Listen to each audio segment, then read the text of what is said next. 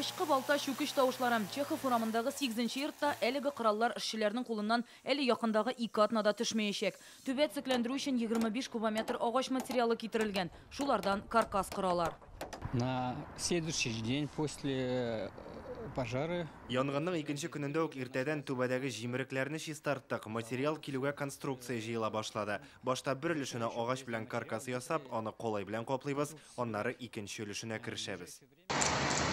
Исегізге төшерәбез. Бу йортта янгын 14 июнь кичендә булды. Ут 5-нче каттагы фатир балконында чыга, соңыннан түбәгә күчә. Ул тулысынча янып беткән.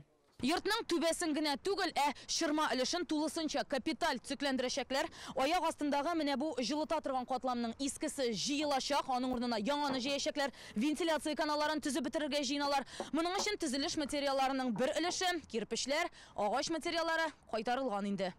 Янгын вакытында бу йортта 130 кеше булган. Алар урамга үзләре чыгам. Йөри алмаган 2 кешегә коткаручылар булыша.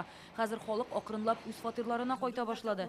2-нче һәм 3-нче катта яшәүчеләргә өйләренә керергә рөхсәт иткәннәр. Ольга Иванова әлегә кадәр туганнарында яшәп торган. Ночевала у других людей. Башка кешеләрдә вакытлыча яшәп тордым. Алай булмый инде дип кайттым менә. Газдан башка бар нәрсәм дә бар. Мин аскы катта яшәгәч, фатирга бик зыян килмәде. Яшәрлек. Бу йортта 66 фатир, барысына да салкын су биргәннәр. 58-дә ут бар. Аны калган фатирларда кабызу өчен электр чыбыклары кипкәнне көтәләр. Төбешләрне 7-нче июльгә хәтле тамамларга җыенабыз. 22 фатир хуҗасы бүгенге көнгә йортларына кайтты. Калганнары ремонт беткәч йортларына кайталар.